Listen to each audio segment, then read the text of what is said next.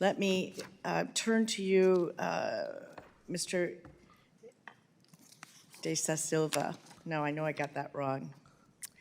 Figueiredo and decisive are going to be hard for that. Yeah, Silva's easier. I should have spent last night studying the pronunciations rather than my. Well, my it's notes. Fee, gay, and I know you're a very big LGBT supporter, so Fee, gay, Redo.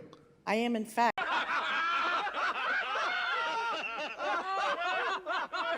I know. A big supporter I of know. LGBTQ Yes. rights. Thank you very much for noting that. Thank you, Mr. Chairman. Mr.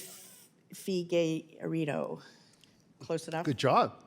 I have a few simple questions. Would appreciate simple answers, and I know the chairman would like to get us out of here by noon, so maybe we can expedite this. Can we agree, you and I, that the 1964 to 1985 military government was an anti-democratic regime responsible for killing hundreds of political opponents?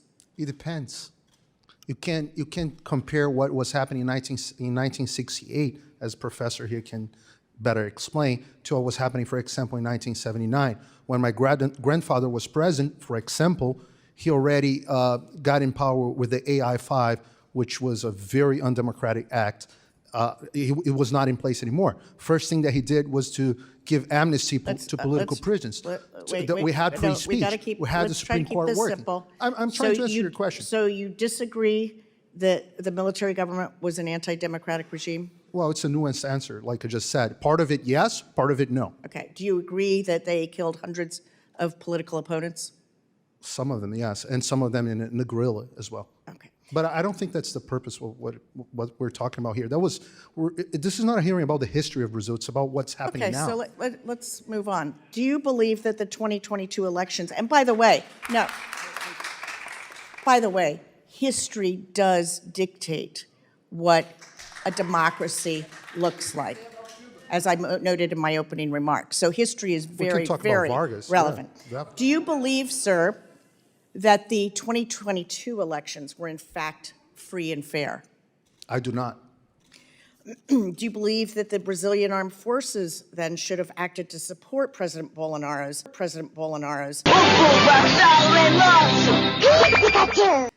draft decree? Who? I'm sorry? President Bolsonaro's. Do you believe that the Brazilian armed forces should have acted to overturn the 2022 election results? I do not. Okay, so even though you don't believe them to have been fair and free, you don't believe that the armed forces, you believe they properly acted in not acting to overturn those results? Madam Congresswoman, are you familiar with the report of the military on the elections of Brazil? I am, yes, but... So what do you think they should have done when they realized that Brazilian elections was... It's simple. Do you believe that the armed forces acted appropriately? I do not. And let me just read a few statements by former President Bolsonaro's. Let's just see if we can agree or disagree on this.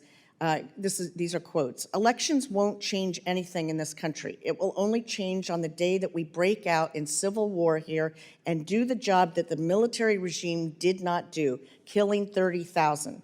If some innocent people die, that's fine. In every war, innocent people die. Agree or disagree with that statement? That statement is from 1994, and I completely disagree with it. And You're very familiar with the statement. Yes, he made it as a member of Congress, but then years later as a presidential candidate. So I disagree. He refused to disavow that statement. So you agree or disagree with that? I completely disagree with that statement.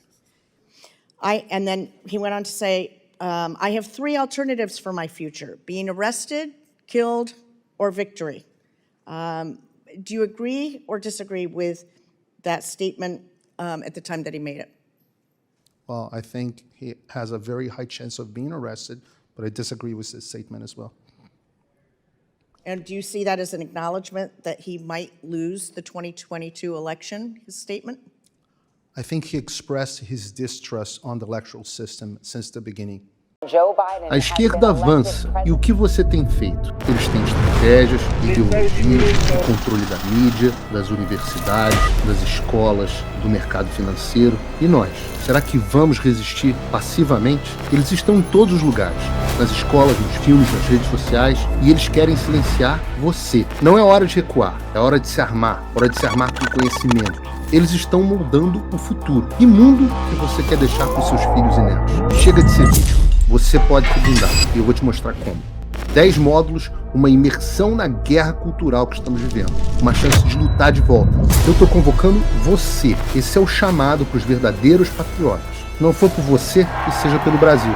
A esquerda não descansa, e nem nós. A tempestade está aqui, e é hora de se preparar para a guerra. Não é um simples curso, é um chamado à resistência. Conhecimento é a sua arma. Carregue-a agora.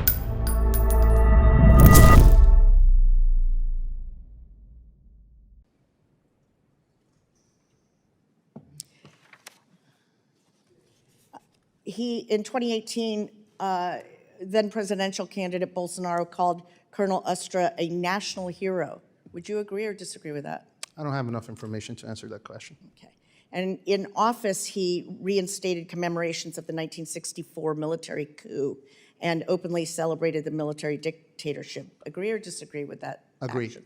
Thank you. It was a counter coup against a communist coup. So, yes, we did not want a communist to be part of Brazil as it was in Cuba and other countries. But I do not agree with the route that several leaders in Brazil took for many, many years.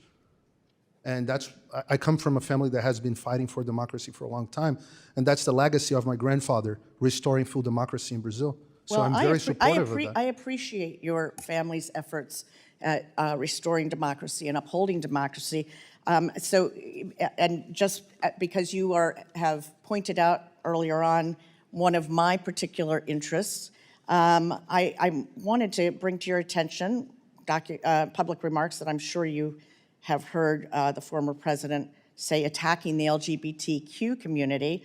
One example being that he stated he could never love any of his children if they were gay. Do you find such comments harmful to marginalized communities in Brazil and ultimately to a Brazilian democracy?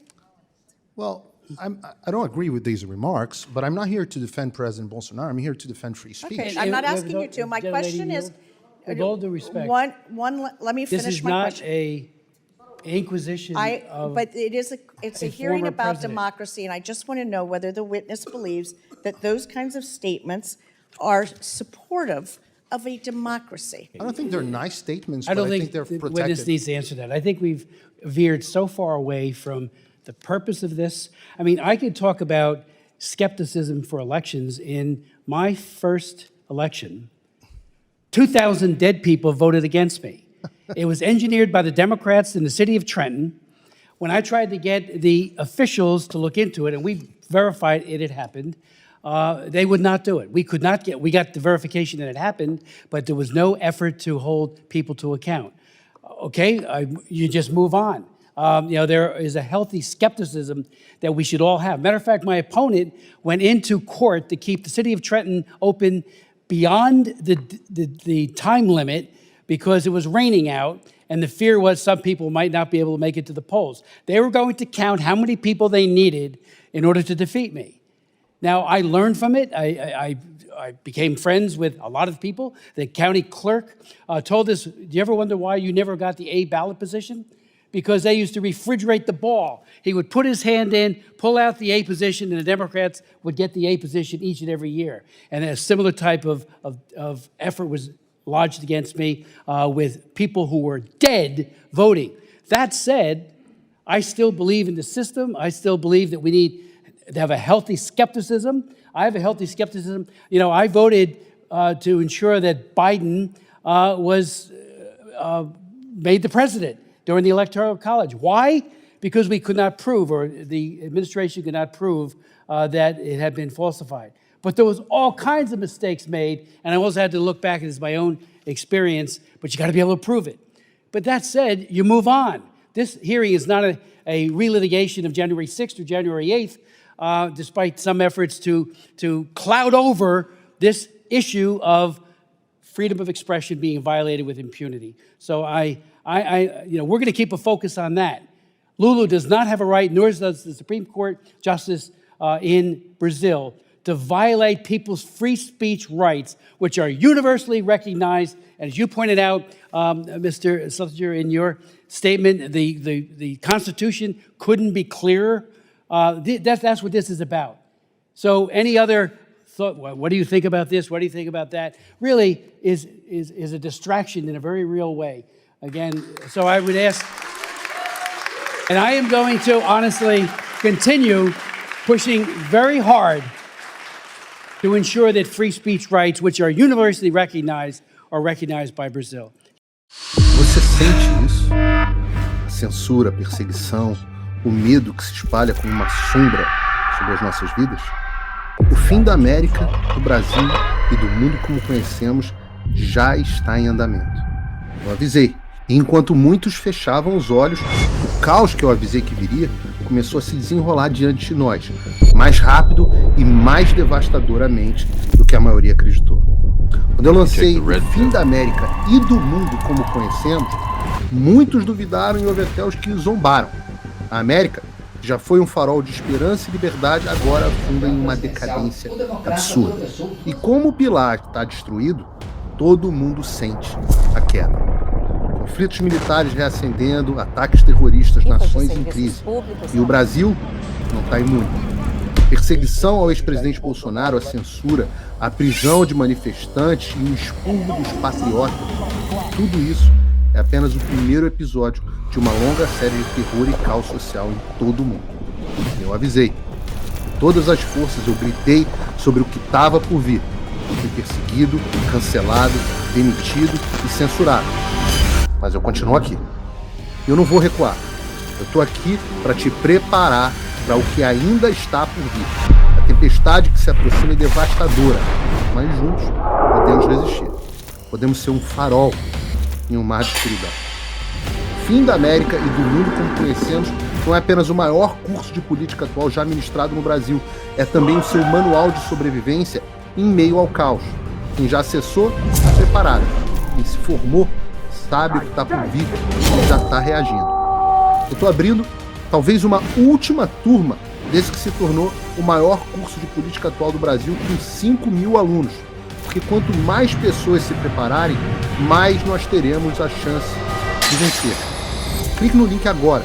A tempestade já chegou. E a hora de sabermos como sobreviver é agora. Porque quando o mundo desmoronar, a informação terá a sua maior defesa. Só o conhecimento liberta e cidadãos informados não são escravizados. Clique no link e faça parte do grupo de mais de 5.000 sobreviventes. Estamos te esperando.